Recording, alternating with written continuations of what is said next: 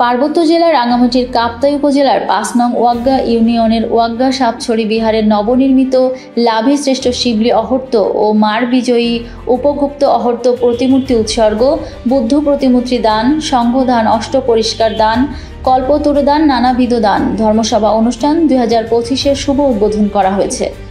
শুক্রবার ২ মে সকাল ১০টায় ওয়াগ্গা সাতছড়ি বৌদ্ধবিহারের দায়ক দায়িকারা এই অনুষ্ঠানের আয়োজন করেন। মহাজনপাড়া বৌদ্ধবিহারের অধ্যক্ষ ও খমিনন্দা মহাথেরোর সভাপতিত্বে এবং বিহারের অধ্যক্ষ ক্ষেমানন্দ ভিক্ষুর সঞ্চালনায় অনুষ্ঠানের শুরুতেই স্বাগত বক্তব্য রাখেন বিহার পরিচালনা কমিটির সাধারণ সম্পাদক অজিত কুমার তঞ্জঙ্গা।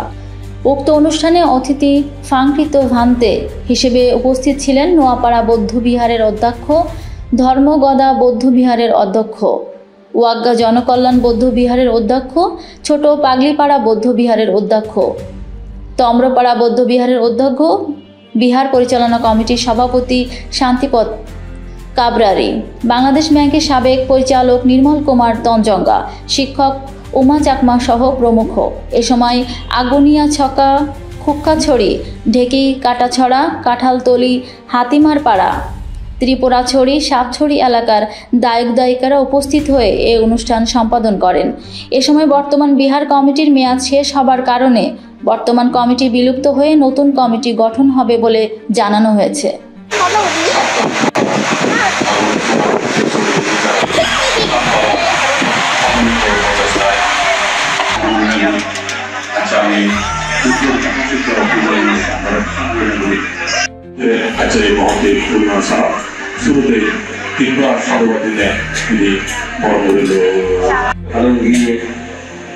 বর্তমানে নোয়াপাড়া বৌদ্ধবিহার অধ্যক্ষ বাতিলে বন্দনা করে আমি আজকে এই অনুষ্ঠানে মঙ্গলময় অনুষ্ঠানে বিশেষ অতিথি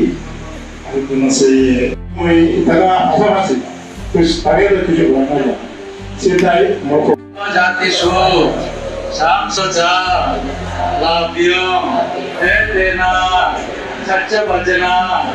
সত্যি নো সাপো আত্রায়া সাপো ফুট দাবা বিনাশ Itu